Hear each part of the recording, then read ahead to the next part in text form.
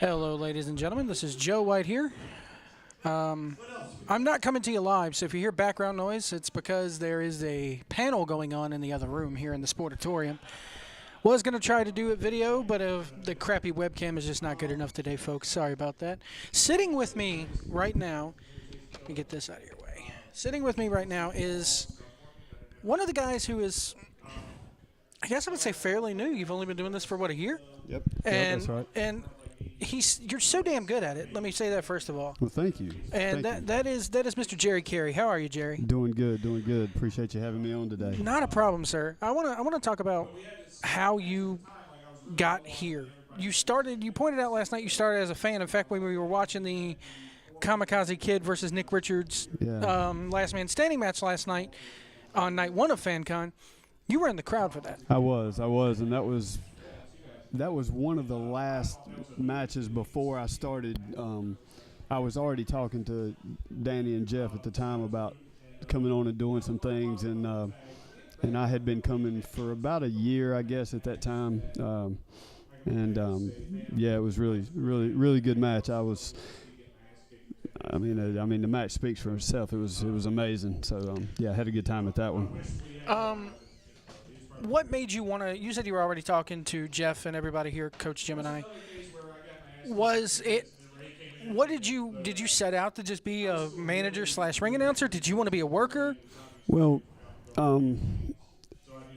it goes back. I was a fan as a kid. I grew up on NWA locally. Right. I'm 49 years old, so I was born in '68. So I was a kid when the NWA was. It was all I knew around here. I didn't even know about WWF at the time. Now, my little brother got into WWF as he got older, but I was always NWA and then WCW. And then I got out of watching wrestling for a while. Got back into it during the Attitude Era, like a lot of people did, and then took another break from it. And around 2012, 2013, I had started watching again. It's not by any means an exciting story how I got involved here, but it is a kind of neat story. My daughter is a competition cheerleader. Oh, okay. And I got a background in martial arts, and she's next door? Yeah, she's at the cheer gym up here. For those who don't know, next door to the Mid-Atlantic Sportatorium is a cheerleading school, like a cheerleading gym. Exactly. And they do competition cheerleading out of there. And when my daughter started taking cheerleading or started going there, I needed a way to help lower the bill, and he needed a tumbling coach. And my martial arts background, I did some tumbling, so I helped him. Long story short, a few years later, I walk in here one day and I run into Trevor Lee, who I had seen on Impact Wrestling at the time, and I'm like, so I thought this was just a little crackerjack operation that like maybe they just trained her. I didn't even know they did shows at the time. And so anyway, I walked in and talked to Trevor Lee, talked to Danny, and started talking to those guys. And my shoot job is I do heating and air conditioning. I've been there at the same place for 30 years. And Danny had asked me what I did. I told him. I wound up putting in an air conditioner. I was going to say we got air conditioning now. Is that because of you? Yeah. So I helped make that happen. And, thank you. Thank you. And in doing that, I mentioned to him that from my martial arts background, I had always wanted to parlay that into a wrestling career, but never knew how to do it. Wound up hurting my back then, so I could not do much physical now.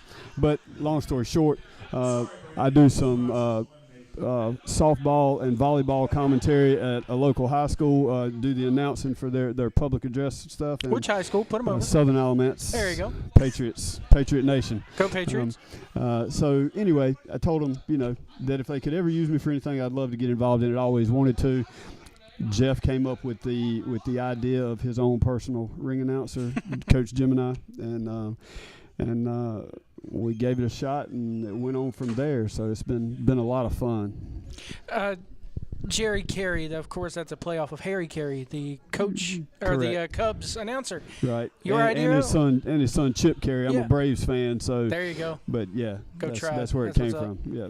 Go, Jarry Caray. Though, was that your idea, Coach's idea, a combination of both? That was actually Coach's idea, or Coach and Danny together. I wasn't a big fan of it at first. I wanted to do a play on my own name, but we came up with it, and then I came up with, and we haven't really put it over much, but supposedly I'm the step half grandnephew of Harry Caray. And we're very close. For those of you that don't know, my step grand half uncle, he brought me up in the business. You mentioned a martial arts background. This is why I don't do prep. This is why I don't have questions written down, because the talent almost always ends up opening up, stuff for themselves. What is your martial arts background? What are you trained in? Taekwondo and Hapkido, 3rd degree belt in Taekwondo, 1st degree belt in Hapkido. Relatively out of practice because I did hurt my back competing in the late 90s.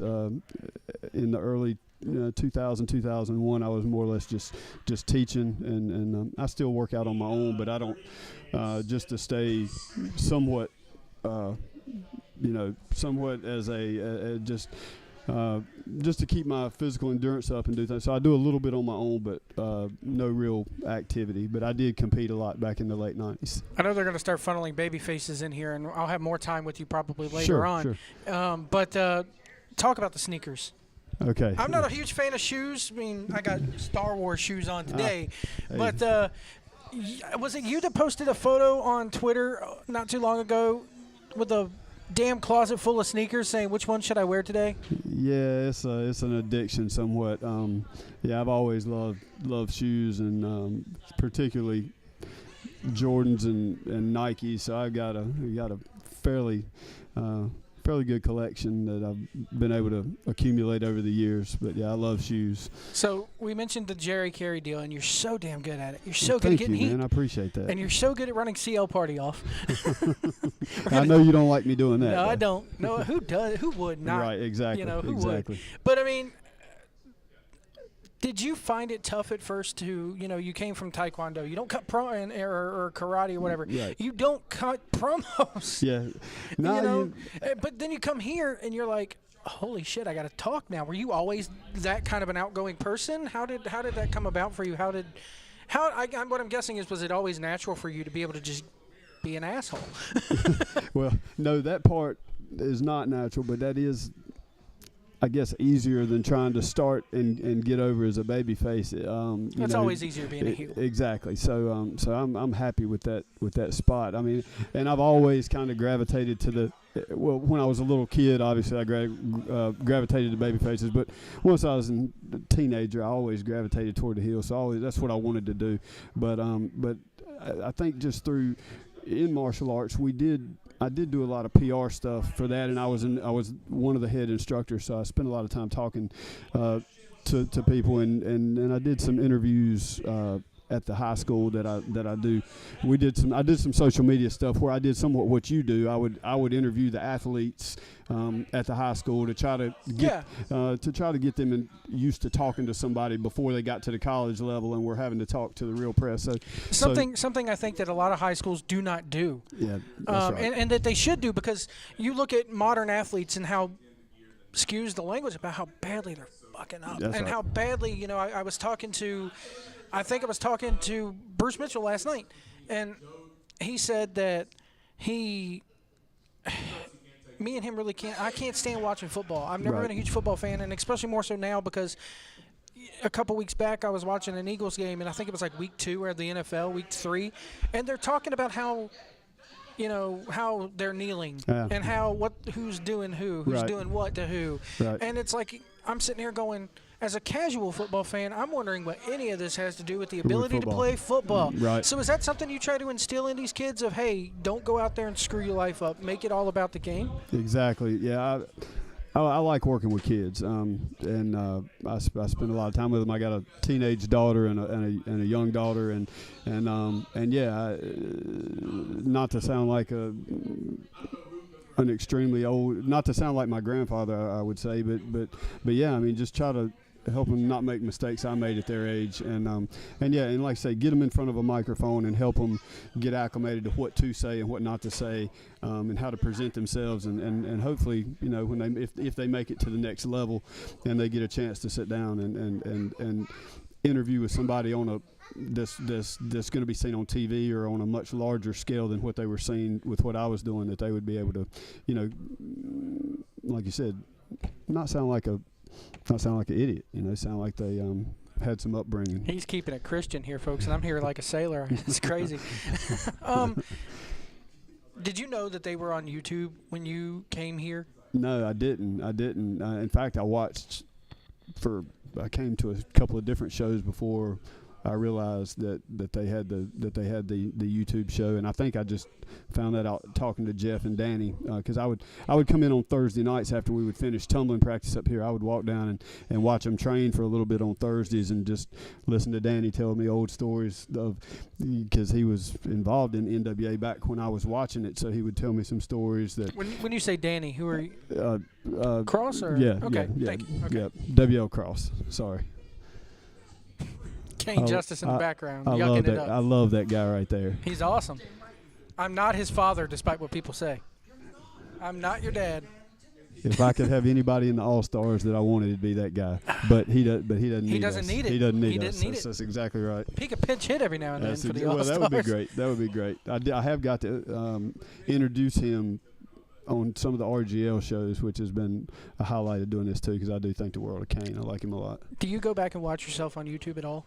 I do. Because a lot you do, and when you first saw yourself and you saw that you were damn good at this, what went through your mind? Well, when I first saw myself, I didn't really think I was that great at it, but the only reason I don't go back and watch it out of just to put myself over to myself, I go back and watch it to see how I can get better and to watch my mannerisms, and I realize I changed hands with the mic too much. Some people stand with the mic in their hand too long. I changed, so that's something I'm trying to work on. Is not that's what I do when I watch it. I try to see what I can change to make it better. Another thing I've realized is that you were stiff as a board when you first started.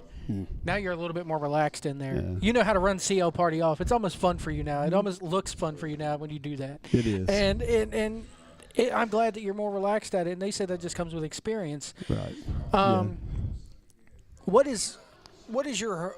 Is this like what you're going to be doing? I guess what the future holds for you is my next question. Do you plan on wrestling? I mean, you said you hurt your back, so I don't know if you can, but yeah, probably not. Like I said, I'm pushing 50 years old.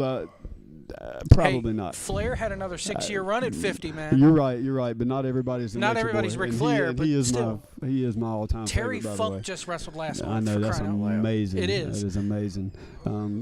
But no, probably not. I mean, maybe if we do a one-off or something like that, but definitely not anything where I'm in the ring consistently or every week or anything like that. It's something I'd love to do if I thought I could do it right. So in the right situation, I would do that. But it's not as far as what I want to do. Wherever it takes me, like I had no clue that it would even get to this point. I mean, I really didn't know where it would go, and where it is now is just amazing to me. I mean, I got to work with the Hardys, and I mean, and I love the Hardy Boys, and even just getting to meet them back here. I mean, it was all I could do when I met them, and then Hurricane Helms, not to just completely mark out. But then I got to work with them. I got to work with the Hardys on one show, and got to work with Shane Helms on another show, and I mean directly with them.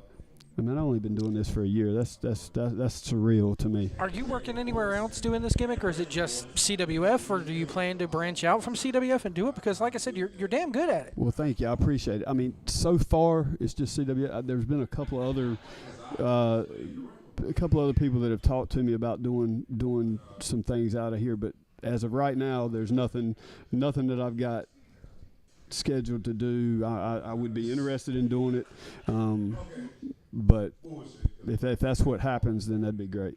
Well, I want to thank you for joining me today, and keep doing what you're doing. It's phenomenal work. Well, give me a minute to put over the podcast Go because I think it's amazing, man. I didn't know you were doing this. I kind of stumbled onto that. I think a lot of people around here have now. I can't remember who had tweeted it out, if it was Bruce or Bruce Mitchell, but anyway, when I Probably found it, Grant. yeah, it could have been Grant, but once I started listening, I went back and listened to some of the older stuff and some of the other things you do other than just the after show. Oh God, but Lord no, help us. No, but it's good stuff, man. And we appreciate you doing that to help get worldwide out there, and we appreciate what you do too, man. Not a So problem, thanks a lot for having I'm me glad on. to do it because I look at it this way. You're not going to grow unless people, I was talking to some of the guys outside. I'm like, y'all don't put posters up around locally. Right. Y'all don't, everything y'all have is pretty much based off word of mouth and internet. That's right. And the more I can carry that out there, I know I'm not a 1 million subscriber channel, but the fact that you guys are listening to it really makes me smile. And the fact that you guys Good. like it really makes me smile because y'all could be like, oh God, another fucking internet mark, Right. No, but you're not. It's not like that at all. It's good, and I think it will. I mean, everybody started with one viewer and one listener, and I think it's just going to grow. I think it's just going to grow. I hope so. Well, Jarry, thank you very much. I know you can't disclose to us if you're in the Rumble or not. You're probably not. You're probably going to be somewhere around the Rumble, I'm assuming. There's no way you're not going to miss this. You're not going to miss this. No, I wouldn't miss it for anything in the world. I think you'll see me around tonight. But I want to say good luck tonight and good luck you. in the future. I hope it continues to grow for you, especially here. And who knows, maybe you'll split off and, as the Corleone said, form your own family one day. That would be awesome. That would be awesome. Thank you so much for having me on. I really appreciate it.